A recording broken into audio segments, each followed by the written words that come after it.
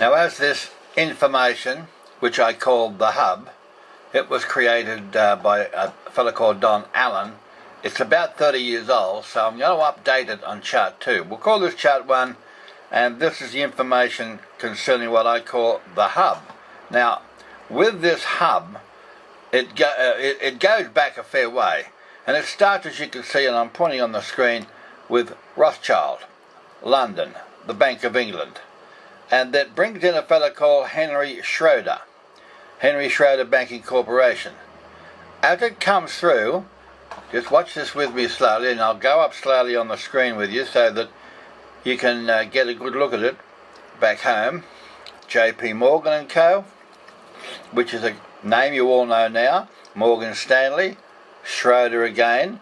We're in Germany, coming through. Keep on going. Now, we're in the Bank of Germany, and they marry into the family.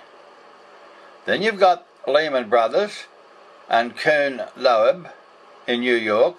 Again, Lehman Brothers. And you've got several of the Lehman Brothers. As I go further down, you'll see the Federal Reserve Bank of New York, National City Bank of New York, National Bank of Commerce New York, Hanover National Bank New York, Chase National Bank New York. These are the king leaders of what I call the hub, and they own the New World Order. They are the New World Order. It's the Federal Reserve Directors, a study of corporate and banking influence. Now, as you can see that on your screen, it goes to show you how they financed both sides of the war.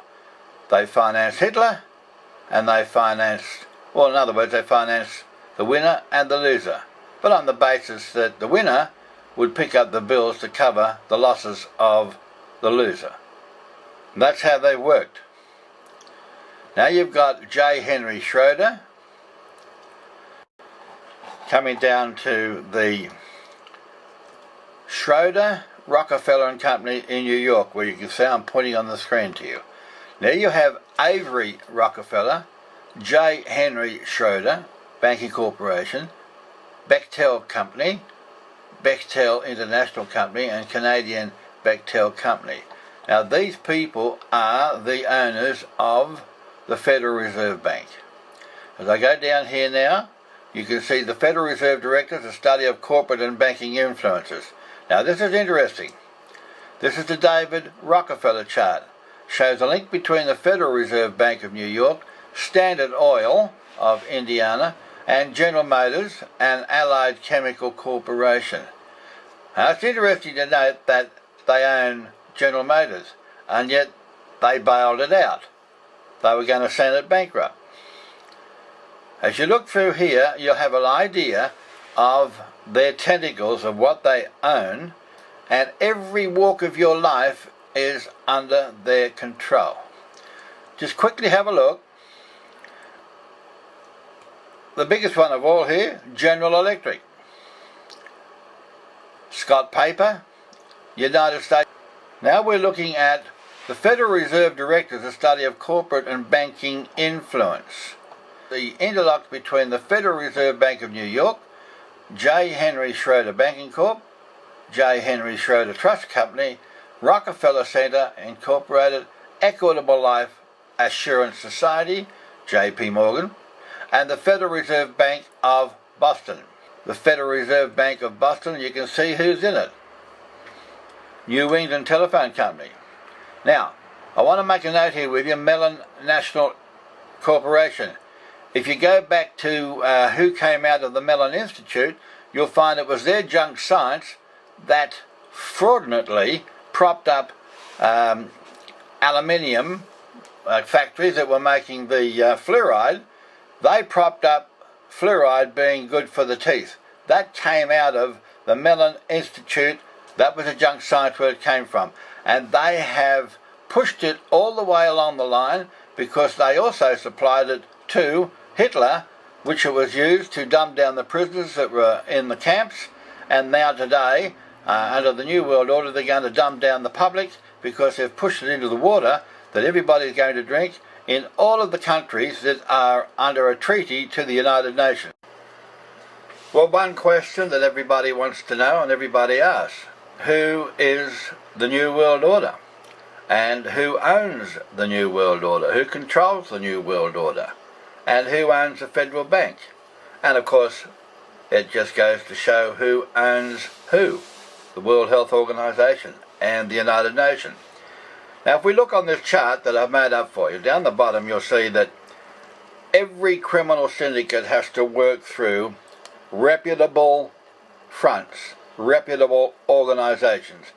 There's a few more to put in here, but in this case, it suffices to say the CFR, IMF, NATO, World Health Organization, United Nations, the FT and the TC, Trilateral Commission, Free Trade, all of these have been set up by what we call the hub. So in the previous section I showed you what I call the hub. The hub is the financiers of the world. The Rothschilds, George Soros, the Rockefeller. These people have been charged with criminal charges to attempt mass genocide and mass murder using the flu virus and using deadly vaccines which are not safe. So from the hub we have reputable fronts, and from there we have the organisations that they control. Then follow me up here. First of all, they have the rights to print money. You can see that on your screen now. The World Bank, the Federal Bank in all countries, they own that. They control the food and the crops. They own or control the chemical and drug companies, and subsequently they now own the seed patent rights. And they've caused havoc all over the world by that. The poor people in Mexico who have corn as their staple diet, and they did not want to have genetically modified seed, they've even gone in there and they've sprayed with planes over the crops to contaminate and put a different pollination into their corn crops to ruin their staple diet. Up here, they want to control the media. Now either they purchase the media or they provide loans for development, and if the media doesn't do that with them and do what they're told, they'll dry up their raw materials. Try and start a newspaper today without and find out where you can buy the paper. They control the elected politicians. They will choose their own people, and through their secret societies they will fund the politician to get elected, and there's unlimited money because they print the money. Then they'll control the learning institutions. They will fund and grant universities and scientific research, and then of course they own the research. They'll control the medicine, own and control all pharmaceutical companies, which you now know they do, and they've got deadly vaccines which they're going to use as a bioweapon. They own and control finance and insurance companies. Now, over here, they will convert all governments into corporations for easy control. First, the thing they've got to do is to make all governments go broke and loan them a lot of money, take all of the assets away from them, use the assets for collateral, and then send the government broke. And they're just about to do that all over the world. They want a complete meltdown. You can't have a new world order come in without the old world order being thrown out. You can't have new currency come in without the old currency being evaporated, so they can bring in the new currency. And then they want to choose the best, and they're already doing this. They'll elevate them into judicial positions. Now, if you want to know who owns what, here it is here for you. The hub, going back to the syndicate, going back to the financiers of the world, the banking cartel, the hub is the New World Order to control the world. They own it. They are now inaugurating the 4 unions to control the world, because they'll do it through 4 unions. The EU, the African Union, the Asian Union, and of course the North American Union. They've kept all this very, very quiet, and it won't be long before you'll have the Amero currency for the North American Union. We'll have a different currency for the Asian Union, of which Australia will be part of. the African Union, and of course the EU already has their own currency. So there you see a chart which will explain to you what they're going to get up to, and they're just about to kick a goalpost, and it's not going to be good for our society anywhere in the world. Several other websites have taken this chart and used it, and they're welcome. And I just say to you right now, if you wish to use this on your website, you can go into www.cleanairandwater.net and grab it and put it on your website so that people can find out what's actually gone on in this world over the last 50 to 100 years.